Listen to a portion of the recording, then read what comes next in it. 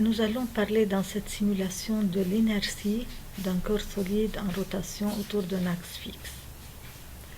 Nous allons prendre une tige. Dans le premier cas, elle peut tourner autour d'un axe delta passant par son centre. La longueur de la tige est L. Elle est soumise à une force F d'intensité constante et qui fait toujours un angle constant avec la tige. Nous allons mesurer l'angle de rotation de cette tige durant un intervalle de temps bien déterminé. Et on ne va s'occuper que des 2 premières secondes du mouvement. Elle part du repos et on va enregistrer son mouvement jusqu'à t égale 2 secondes. Ensuite, ce qui se passe, nous n'allons pas le discuter. Donc, notre force, elle a une intensité constante et elle conserve l'angle avec la tige durant le mouvement. On va voir maintenant quel sera l'angle de rotation durant les 2 premières secondes. C'est de 2 radians. Maintenant, je vais prendre la même tige, mais avec un axe de rotation à son extrémité. Et la force F, qui est toujours de même intensité, et elle conserve son angle qui est de 90 degrés avec la tige, et elle est appliquée à la même distance, c'est-à-dire là au centre. La distance entre le point d'application et l'axe est de L sur 2. C'est comme dans le cas où l'axe était au centre, la distance entre le point d'application de la force et l'axe est L sur 2.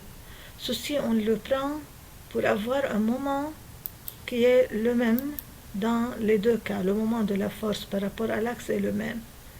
F fois L sur 2 fois sinus de 90 degrés. Bon, on va voir maintenant quel sera l'angle de rotation durant les 2 premières secondes. C'est de 0,5 radians. Donc, vous voyez que dans le deuxième cas, l'inertie est plus grande. Pourquoi? Qu'est-ce qui s'est passé? Quelle est la différence entre les 2 cas? La différence est dans la distribution de la masse. La masse, maintenant, elle se trouve du même côté par rapport à l'axe delta. Et le point extrême qui est le plus éloigné, il se trouve à une distance de L. Donc la masse, elle est distribuée entre 0 et L d'une façon uniforme. Alors que dans le cas où l'axe était au centre, la masse, elle se distribuait d'une façon symétrique de part et d'autre par rapport à l'axe. Et les points extrêmes sont à des distances L sur 2. Donc ce qui a changé, c'est la distribution de masse. Par suite, on pourra dire que l'inertie va dépendre de la distribution de masse. Nous allons donner maintenant une définition de ce qu'on appelle le moment d'inertie. Le moment d'inertie d'une particule par rapport à un axe est I égale mR au carré, où m est la masse de la particule et r sa distance à l'axe. Le moment d'inertie d'une tige par rapport à un axe passant par son centre est I égale mL au carré divisé par 12, où m est la masse de la tige et L sa longueur. Le moment d'inertie d'une tige par rapport à un axe passant par son extrémité est I égale mL2 sur 3, où m est la masse de la tige et L sa longueur.